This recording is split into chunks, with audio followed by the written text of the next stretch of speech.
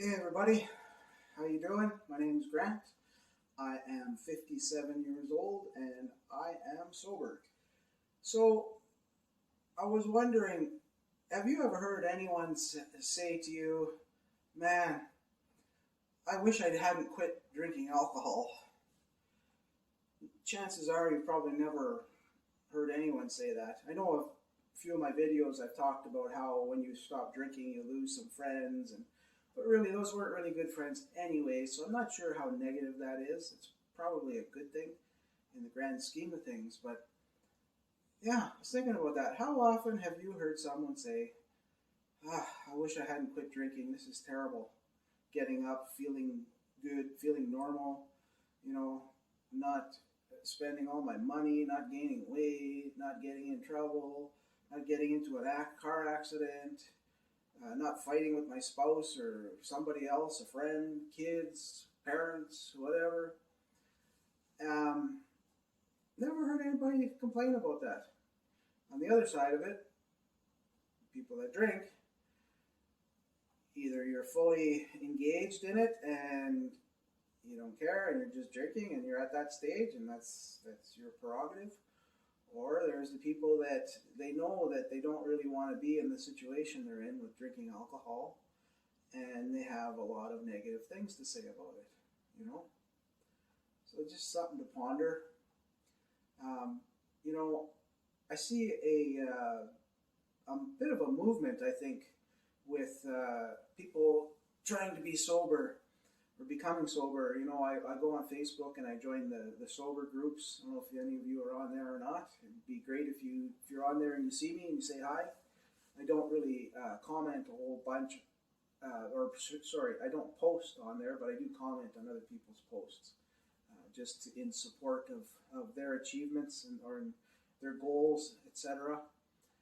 Um, but I'm really surprised to see a lot of the people on these groups that have say that they've been sober for um, years, and there's you know they're still in these groups though, which is amazing as well, because obviously it's an addictive drug and people feel that they still need to be there. Uh, Part of the going sober movement, and they need the support, etc. Or maybe they're just kind people and they're trying to help others. I don't know. I should ask why. Actually, I might do that next time someone posts that's been sober for more than a few years. Why they stick around those groups? What's the benefit for them? Or are they there just to help others? However, I remember years ago with smoking cigarettes how uh, over time, more and more, there was more talk about, how bad it was for you, and more talk of people wanting to quit. And of course, this was before the internet, in the 80s, towards the end of the 90s. I know that there was internet in the late 90s, but there was a similar kind of movement with smoking cigarettes. I didn't smoke cigarettes then myself. I did when I was 16 till I think I was 21, but that's way before that. Early 80s.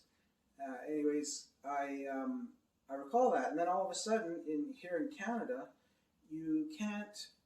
If you're a retailer store, you have to have cigarettes behind solid a solid curtain or a door or something. You can't have them uh, exposed to the public.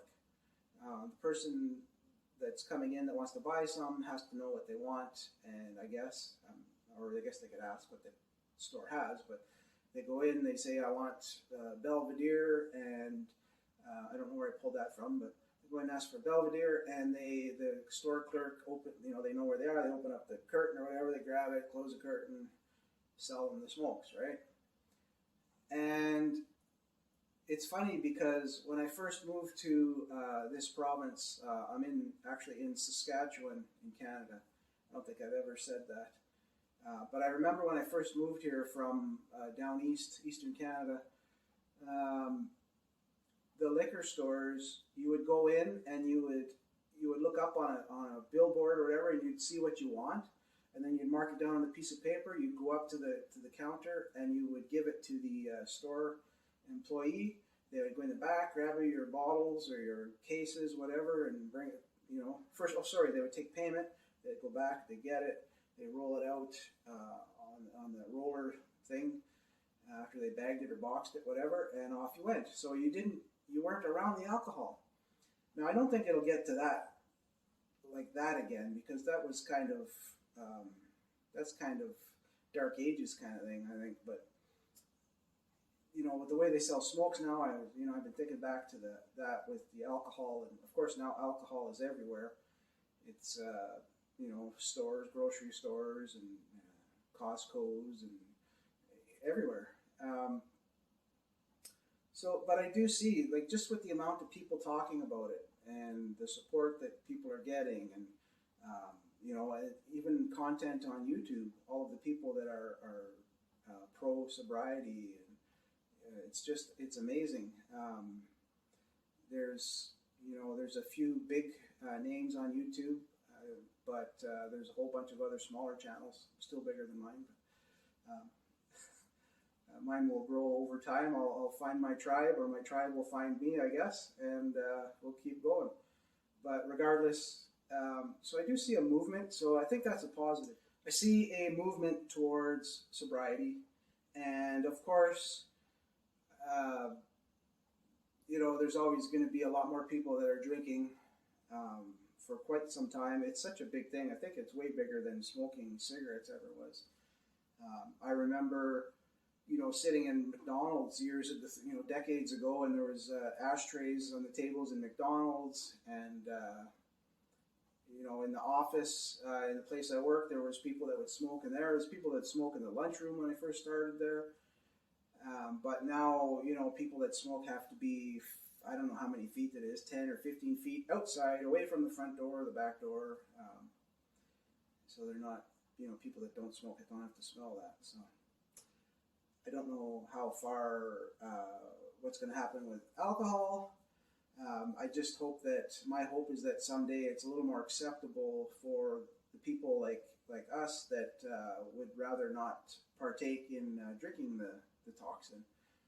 Now that it's, you're almost shunned you're shunned if you want to have, or you don't want to have any alcohol. So it's kind of tough, especially if you spent most of your life drinking it and then you decide not to, then you're really ousted, because you've got all these friends and family that are used to you being one way, and now they don't want you to change. And so I think you're better off if you just never start, and then people don't expect anything different from you, right? But that's all I have to say. If you're still with me, thank you very much. I appreciate it. Please take the time to like the video. If you're not subscribed, how about subscribing?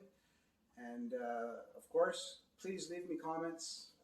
I do, if you've been on any of my other videos, I do interact with everyone. It's very rare I miss responding to a comment in some shape or form. So have a great day, and I will see you soon.